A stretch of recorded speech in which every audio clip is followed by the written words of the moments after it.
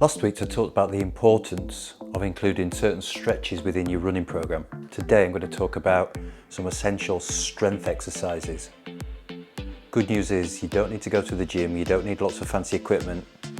You can do these at home just with your body weight.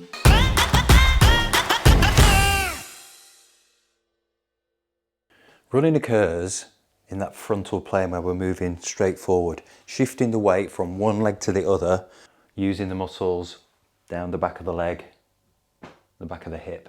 What we've got to think about is how do we maintain that movement and take out unnecessary movements that might occur.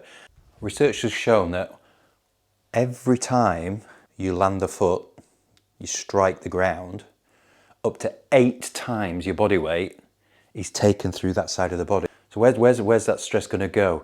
It's firstly will absorbed through the ankle, up through the tendons and the calf muscles, into the knee, through the muscles in the leg, then into the hip, which in turn then links into the spine. How can we ensure that when we do land, the ankle, the knee and the hip all stay in a straight line when you're looking from the front? You know, we don't want any wobbling knees, any twisting of the ankle, any movement from laterally of the hip.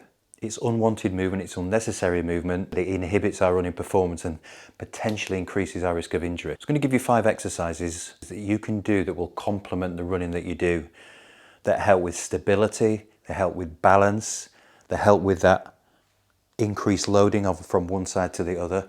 So here's the 5 exercises. We're going to start with a lunge. So with your feet hip width apart, so again everything's in alignment there. We're just going to take a long stride backwards. If I do it from the side you get a better idea. So a good generous stride backwards. Keep the back heel up. You'll notice that the front knee is slightly behind the front ankle. Because when we lunge, what we're going to do is keeping the hips and the shoulders square onto the front, keeping the hips level. We bend the back knee towards the floor and we drop vertically down. As that happens, the front knee is going to move forward as it bends. And we want it to finish directly over the ankle and finish so we've got a 90-degree angle here.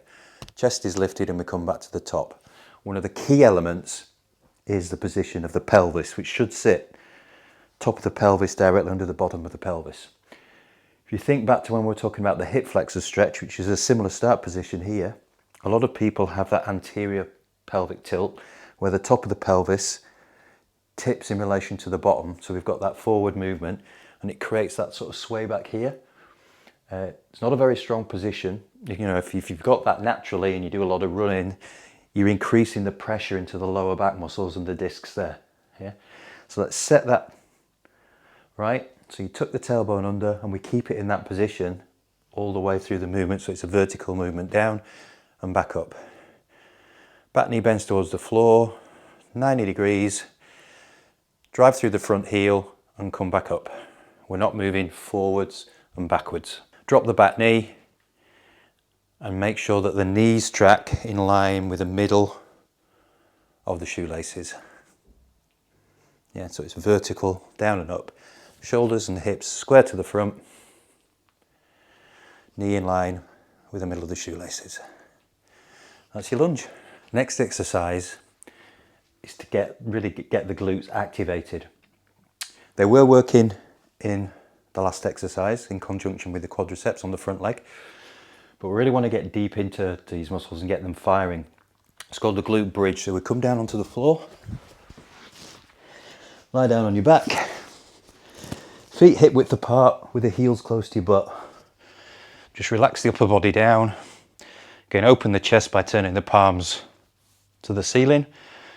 The key here is to squeeze your glutes, squeeze your butt to initiate the movement. So we tend to squeeze the glutes and then we continue to squeeze harder as we lift the hips towards the ceiling. Finishing at the top, so the knee, the hip and the shoulder in a nice straight line. Come back down, lightly touch the floor, just touch it so you're not completely collapsing and resting. And then again, squeezing the glutes all the way to the top. So the glutes stay squeezed all the way through, even at the bottom. Driving the hips to the ceiling. You may feel a tightness in the front of the hip, again if you've got tight hip flexors. So go as high as you can, but we should be able to get to that point where we're in a straight line. And as in the lunges, try and emphasize pushing the heel, the weight, through the heel of the foot. That just allows us to connect better with the glutes and engage them and really get them working. Glute bridge. This next one, as well as working and engaging with the glutes, is going to engage with the hamstrings. It's also going to help you with balance and stability. It's going to involve working on one leg. As soon as we go on one leg and we change the position of the body, then the body wants to start to twist and turn and all sorts of things. So the key is not to allow that to happen. Feet hip width apart, and we're going to shift the weight onto the right leg. Lift the heel of the other foot off the floor, just as there's hardly any weight on it, it's just really there for balance at the moment. But make sure that when we shift that weight over, we don't shift the hips out to the side. So we've still got good alignment through the ankle, through the knee and through the hip. Key is to keep the hips square and the shoulders square. Obviously when you run, there's a little bit of rotation here, but not too much. We're going to try and stay balanced and focused. So with that weight on the right leg, all we're going to do is hinge at the hip. So we tip forward, eyes focused down, keeping the knee in line with the middle of the foot, and then coming back up nice and slowly. So from the side, got that weight in that right leg, body's nice and tall, chest is lifted, pelvis is in that position. And as we tip forward, the pelvis is going to move, but it's moving with the trunk.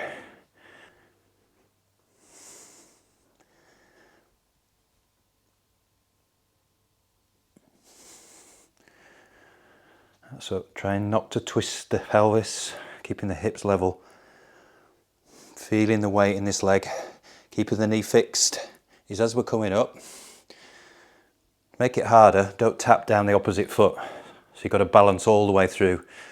That's just activating the muscles that help stabilize the ankle. So again, we want to take out any unwanted movement. So we're working those muscles that really do help stabilize and give some support and strength to the ankle. Just remember, chest up and hinging, keeping the back thigh in line with the torso all the way through the movement. This next exercise is to work part of the core. We're actually going to focus on the side core muscles here. Muscles that are responsible for movement from side to side, or stopping that movement from side to side when it's in a stabilizing capacity. You're going to come down onto the floor and lie on your side. So the key here is, first thing, elbow directly under shoulder, forearm down. That minimizes any stress through the shoulder. Then what we want to do is lie so that the ankle, the knee and the hip and the shoulder joints are stacked on top of each other. So top directly underneath bottom. From there, we're then going to lift the hips away from the floor and come up to that side plank position. So you're pushing the forearm into the floor and keeping the hips lifted up and trying to maintain a straight line through the center of the body. Now you may find it's a bit uncomfortable on your feet to stack them, so what you can do as an alternative, just bring the top leg forward, take the lower leg back slightly. Again, making sure that the hips and the shoulders are stacked, and then come up to that sideline position. Again, think about the head as well, so you don't want to collapse the neck there or lift it up there, just keep it straight line down through the middle of the body. And again, if that's a little bit too much, especially if you're not used to doing core exercises or you've never done this particular exercise, what we can do is shorten the lever, which makes it easier. So we bend the underneath leg, top leg can stay straight, and then you're going to lift the hips. There's a lot less load in the muscle here, so it's going to be easier to start off with. So I mentioned before, when we actually land on each stride, and the first impact point is obviously through the heel. Yeah, after that it's then going to be into the tendon and then the calf up through the legs. So it's really important that we condition the muscles of the calf, and especially the lower calf. You've got two calf muscles. You've got the upper calf muscle, yeah, the gastrocnemius, then you've got a smaller one that's lower down there, and that's the soleus. That's the weaker of the two, and it's the one that takes an awful lot of impact. So I said you need no equipment. If you've got a step at home, or you might have some staircase in your house, you can do this just by putting one leg off the back, holding onto the banister or whatever, or doing it against the wall. What I'm going to actually do is utilise a chair. Standing relatively close, lift one foot, I'll lift the other foot onto the chair, so you're in this position again. Pelvis in that normal position, we're not sticking our butt out. Then all we're going to do is sit down. So just drop down, sit down into that supporting leg. It's not a squat where I'm pushing the hips back. Just going to sit down as much as we can, so we're bending at the ankle but keeping the body nice and tall.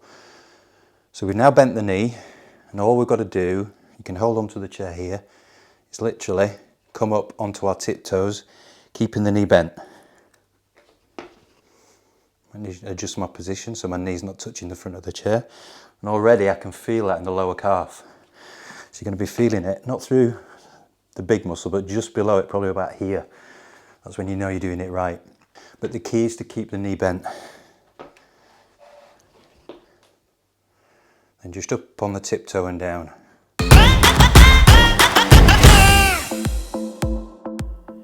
15 reps on the left leg, then 15 reps on the right leg, then rest for 15 seconds. Repeat 2 more times for 3 sets overall.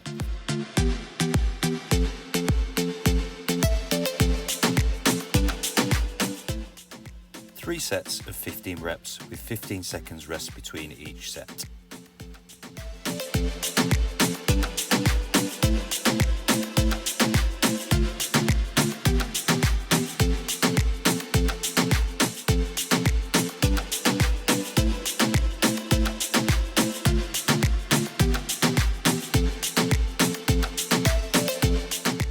Three sets of 10 reps on each leg.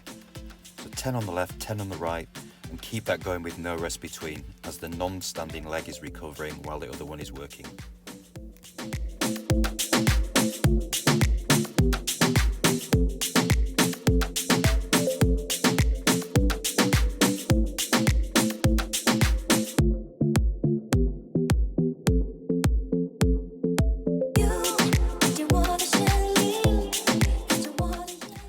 Three sets of 30 seconds each side, with 15 seconds rest between sets. Final set, this time we're back to reps. 15 reps on each leg, total of 3 sets with 15 seconds rest between each set.